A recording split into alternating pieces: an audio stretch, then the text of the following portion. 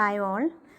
Next, fifth heads of income. Income from other sources ആണ് income ടാക്സിലെ last heads of income. Fifth one, income from other സോഴ്സസിൽ നമ്മൾ ടാക്സബിളായിട്ട് കണക്കാക്കുന്ന incomes, അത് സെക്ഷൻ പറയുന്നത് സെക്ഷൻ 56 to 59 ആണ് income from other sources section deal ചെയ്യുന്നത്. ഇതിൽ ചാർജ് ചെയ്യുന്ന ഇൻകംസ് ആണ് പറയുന്നത് interest, dividend, gift from non relatives, winnings from lottery, crossword puzzles, betting horse race, income from letting on hired asset, director's fees, honorarium, royalty, then income from subletting. So, income from let out property, income from house property ലാണ് charge ചെയ്യുന്നത്. In the case of subletting, it is chargeable under the head income from other sources. Then income from undisclosed sources. നമ്മൾ disclose ചെയ്യാത്ത ഏതെങ്കിലും സോഴ്സിൽ നിന്ന് income ഉണ്ടെങ്കിൽ അതിനെ നമ്മൾ ചാർജ് ചെയ്യുന്നത് അതർ സോഴ്സിലാണ്. Then family pension, agriculture income from outside India. Indian agriculture income exempted ആണ്.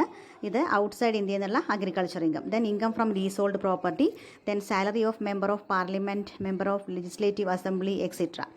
ദെൻ ഇനി ഡിവിഡൻഡ് കേസിൽ പറയുന്നത് dividend from Indian company, that is domestic company എന്നുള്ള dividend income is exempt under section 10 subsection 34.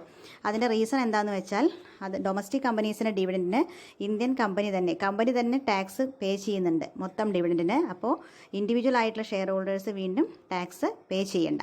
അതാണ് domestic കമ്പനിയുടെ dividend exempt ആണെന്ന് പറയുന്നത്. Then dividend from foreign company is taxable.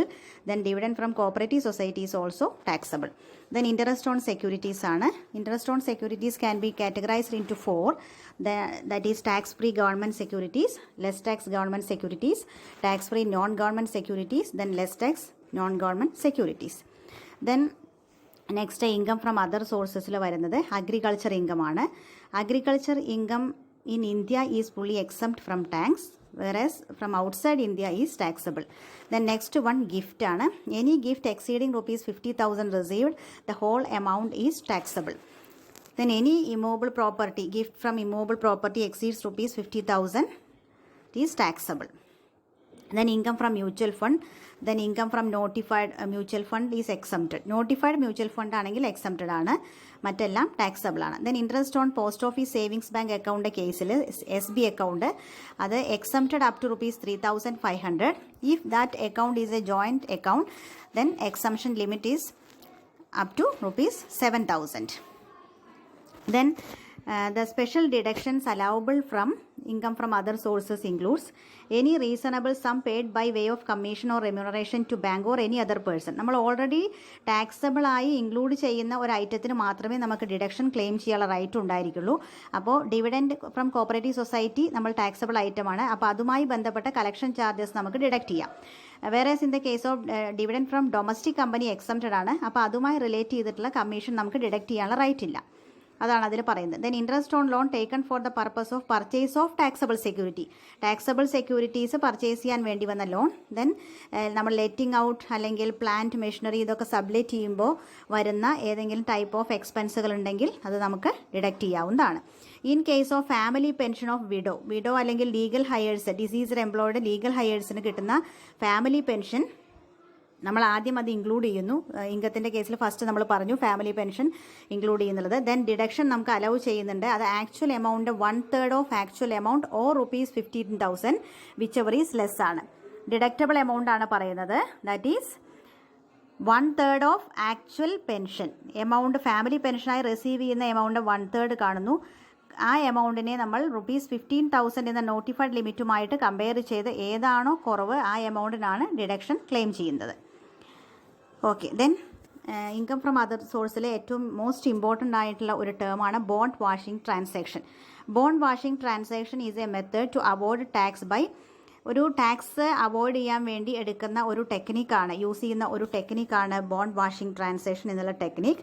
ഈ കേസിൽ ഫോളോ ചെയ്യുന്ന അല്ലെങ്കിൽ ഇതിൽ അവർ അഡോപ്റ്റ് ചെയ്യുന്ന ഒരു മെത്തേഡ് എന്താണെന്ന് വെച്ചാൽ high income group of assessee by transferring securities to low income class of assessees on the eve of the date of interest.